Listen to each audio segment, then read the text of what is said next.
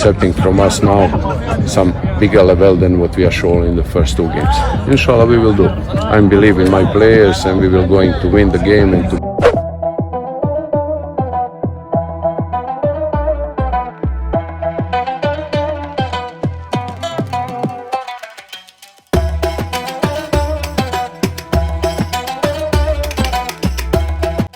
Ya, tampil sebagai anak baru, skuad Indonesia ternyata menjadi perbincangan pelatih-pelatih di grup C, terutama pelatih Bahrain, Dragan Tarajic.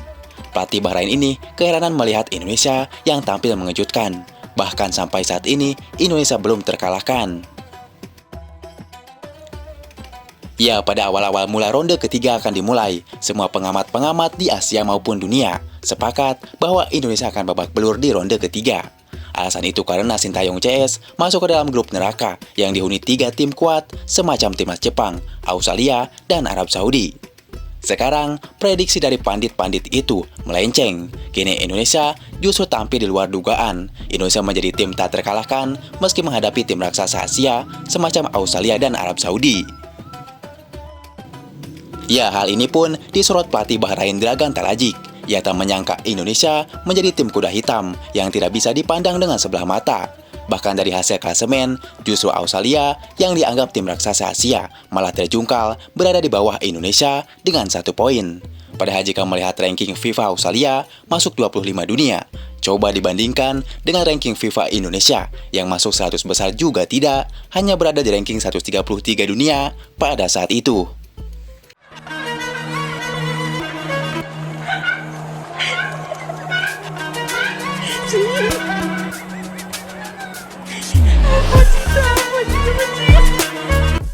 Ya, kini tinggal 1 tim kuat lagi yang akan dihadapi Indonesia, yaitu timnas Jepang. Misi besar ini mungkin Sintayong berpikir bagaimana caranya untuk menahan imbang timnas Jepang. Syukur-syukur keberuntungan kemenangan berpihak kepada skuad Garuda. Ya, namun sebelum menghadapi Jepang, Indonesia akan menghadapi timnas Bahrain terlebih dahulu di kandang mereka.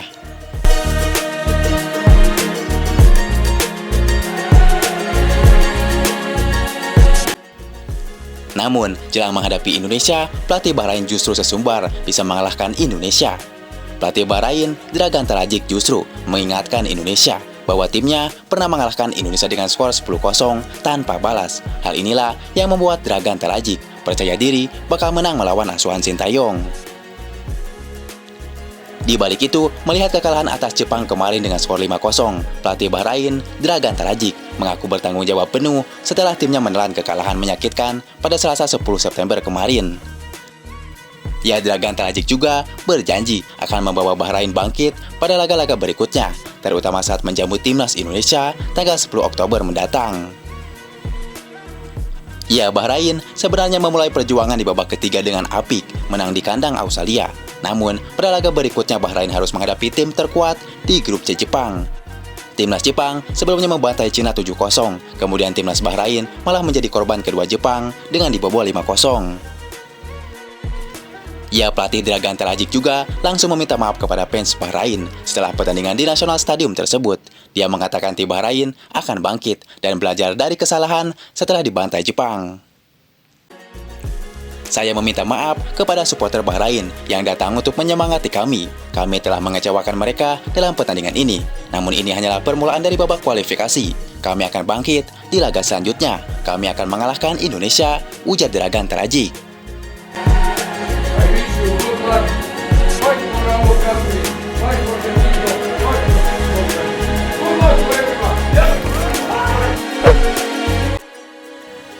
Jika ingin lolos otomatis, Indonesia perlu 15 poin di grup C. Ya, Erick Thohir memprediksi timnas Indonesia butuh 15 poin untuk lolos otomatis ke Piala Dunia 2026, yaitu menempati posisi 2 grup. Karena untuk posisi 1 sudah jelas bakal diambil alih oleh timnas Jepang.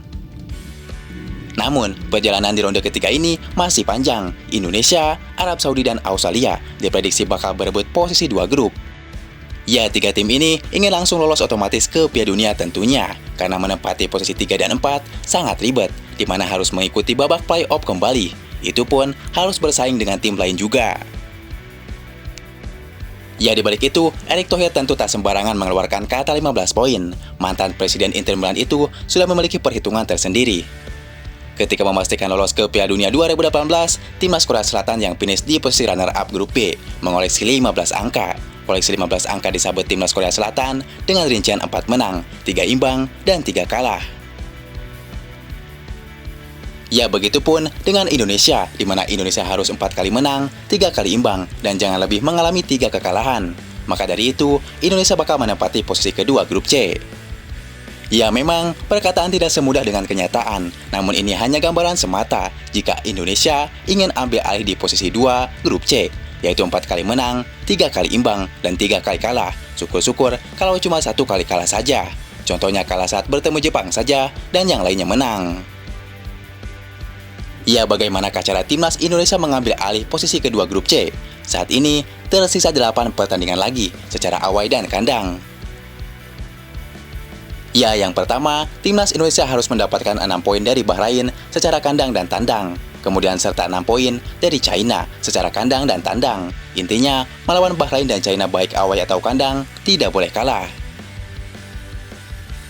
Ya, sementara itu, 3 poin lagi bisa didapat timnas Indonesia saat menjamu Arab Saudi pada matchday ke-6 di GBK nanti. Kalaupun imbang lagi, Indonesia punya 1 poin, dan itu masih bagus, yang penting tidak boleh kalah. Ya, kemudian menghadapi Jepang secara away dan kandang nanti, minimal Indonesia bisa menahan timnas Jepang. Nah, dengan analisis seperti ini, Indonesia diprediksi bisa menempati posisi 2 di grup C dengan mendulang 17 poin. Dengan catatan meraih kemenangan atas Bahrain dan China, baik secara away maupun kandang. Kemudian, imbang lagi melawan Arab Saudi di GBK. Kemudian, menahan imbang timnas Jepang secara away dan kandang. Ya, intinya, Indonesia tidak boleh kalah di laga selanjutnya dan hanya boleh imbang saat melawan Jepang saja.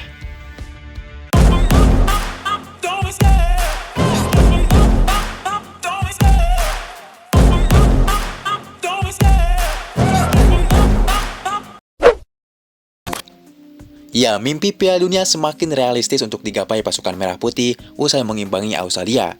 Padahal skuad Garuda awalnya diremehkan sebagai negara terlemah di ronde ketiga. Namun pasukan Sintayong bikin kejutan hebat dengan mengimbangi Arab Saudi dan Australia. 2 negara langganan Piala Dunia ini dipaksa kewalahan oleh timnas Indonesia. Skuad Garuda punya ambisi berikutnya dengan mengincar 2 kemenangan kontra Bahrain dan China. Bagaimanakah peluang timnas Indonesia lolos grup C setelah 2 pertandingan kejutan besar mengimbangi Australia dan Arab Saudi? Apa ini, Cok?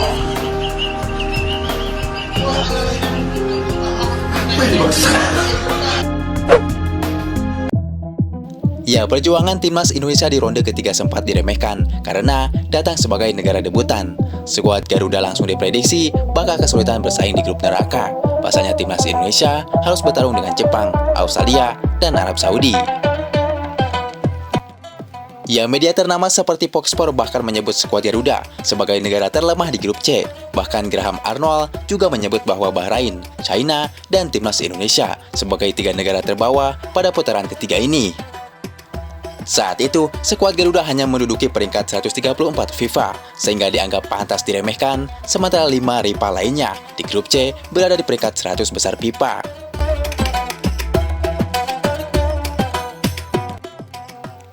Ya, namun beberapa media asing lainnya berani menjagokan skuad Garuda. Mereka memprediksi pasukan Merah Putih akan lolos dari grup C. Peringkat 4 terbuka lebar untuk Indonesia yang masih bisa lolos ke babak bonus putaran keempat, ujar prediksi media asing.